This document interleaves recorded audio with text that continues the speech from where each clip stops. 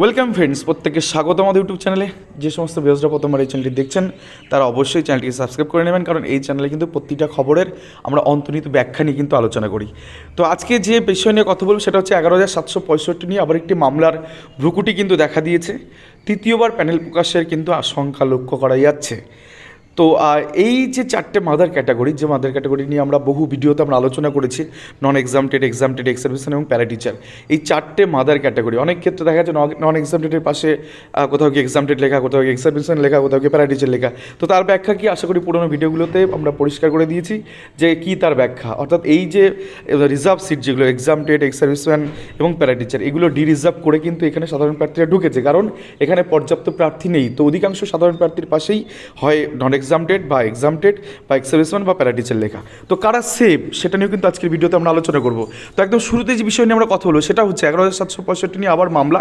কিন্তু এই মামলাটা পুরো নিখুঁতভাবে বলে দিচ্ছে, নিখুঁত বিষয় এটা।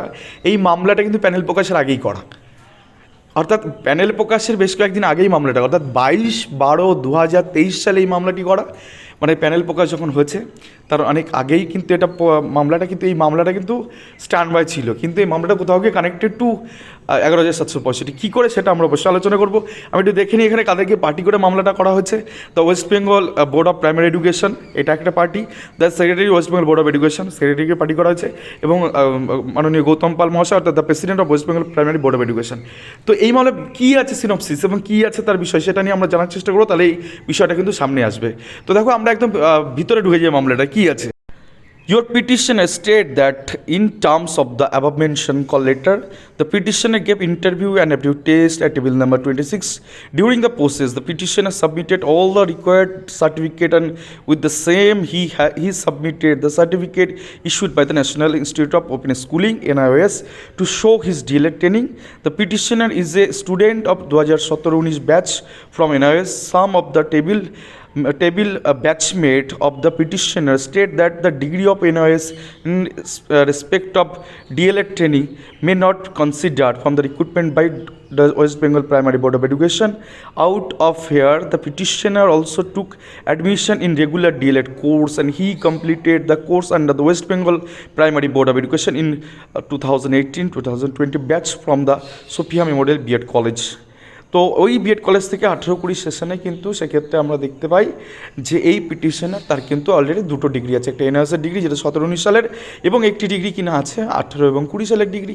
তো এই বিষয়ে কিন্তু আমরা দেখতে পাচ্ছি যে তার দুটো ডিগ্রি কোর্স আছে, এবং পরবর্তী যে 11,765 রিক্রুটমেন্টের ক্ষেত্রেও কিন্তু তার সেম একই রকম বিষয়, অর্থাৎ এই রিক্রুটমেন্টের ক্ষেত্রে সেও কিন্তু এনআইএস দিয়ে যেহেতু করেছে তো এনআইএস বাদ পড়েছে, সেক্ষেত্রে কিন্তু তার এই ডিএলএড ট্রেনিংটা কিন্তু আপগ্রেডেশন হবে। আমরা জানি যে সম্প্রতি সুমন্ত কোলে সহ আরও যে 11 জন পিটিশনার ছিল তাদের ক্ষেত্রে কিন্তু পিটিশনের ভিত্তিতে একটি রায় হয়েছে, এবং আমি আগেও বলেছিলাম যে এই টাইপের মামলাগুলো কিন্তু কোর্ট এখন যাবে, এবং যারা কোর্টের দ্বারস্থ হচ্ছে তার সেম অর্ডার নিয়ে বেরিয়ে আসবে।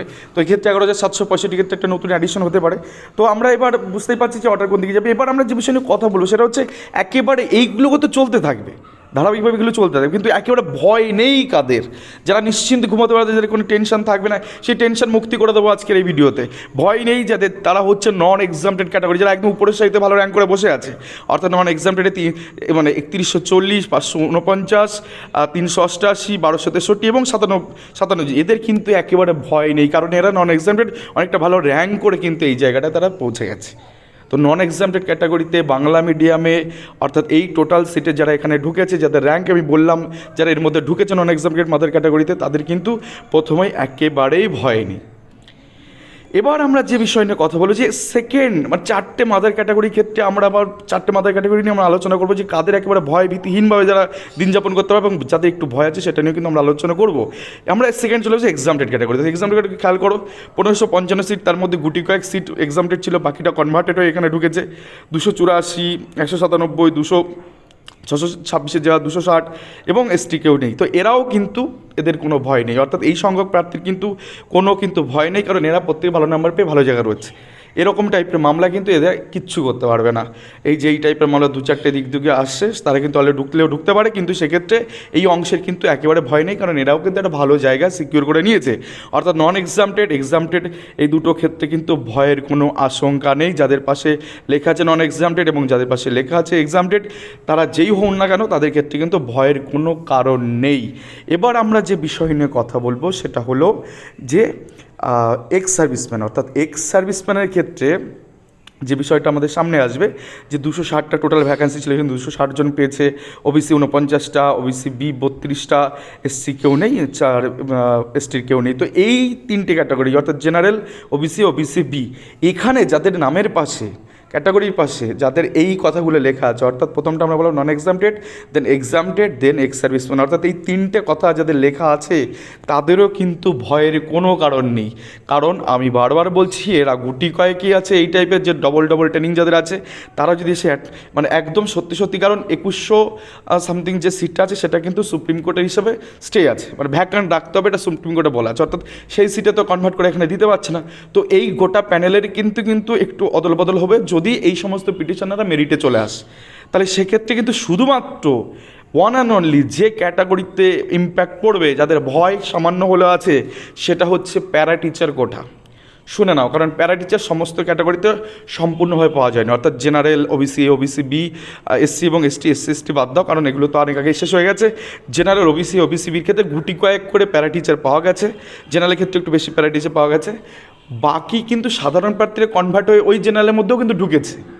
অর্থাৎ এই জেনারেলের মধ্যে যারা সাধারণ প্রার্থী ঢুকেছে, যারা ওবিসি কনভার্টেড হয়ে ঢুকেছে, যারা ওবিসি বি কনভার্টেড হয়ে ঢুকেছে, তাদের যারা একদম লো মেরিট, একদম শেষ দিকে যাদের আছে, যেহেতু সুপ্রিম কোর্টের অর্ডারে 2022-এর জন্য 2100 সামথিং ভ্যাকান্সি স্টে আছে, ওখানে কাউকে দেওয়া যাচ্ছে না। তো এদেরকে নিয়ে যদি প্যানেল করতে হয়, যে হাইকোর্টের যারা অর্ডার বেস করে অর্ডার নিয়ে যারা আসবে, তাদেরকে নিয়ে যদি প্যানেল করতে হয়, তাহলে কিন্তু এই জেনারেলের যারা কনভার্টেড হয়ে ঢুকেছে, যারা ওবিসি কনভার্টেড হয়ে ঢুকেছে, যারা ওবিসি বি কনভার্টেড হয়ে ঢুকেছে, তাদের ক্ষেত্রে কিন্তু হালকা পাতলা টেনশন থেকে যাচ্ছে। তিনটে মাদার ক্যাটাগরি কিন্তু কোনো চিন্তা নেই, শুধুমাত্র প্যারাটিচার কোটাতে যারা কনভার্টেড সিটে লো মেরিটে বিলং করছে তাদের একটু হালকা টেনশন আছে। তো এইটাই হচ্ছে আজকে টোটাল ভিডিওটা।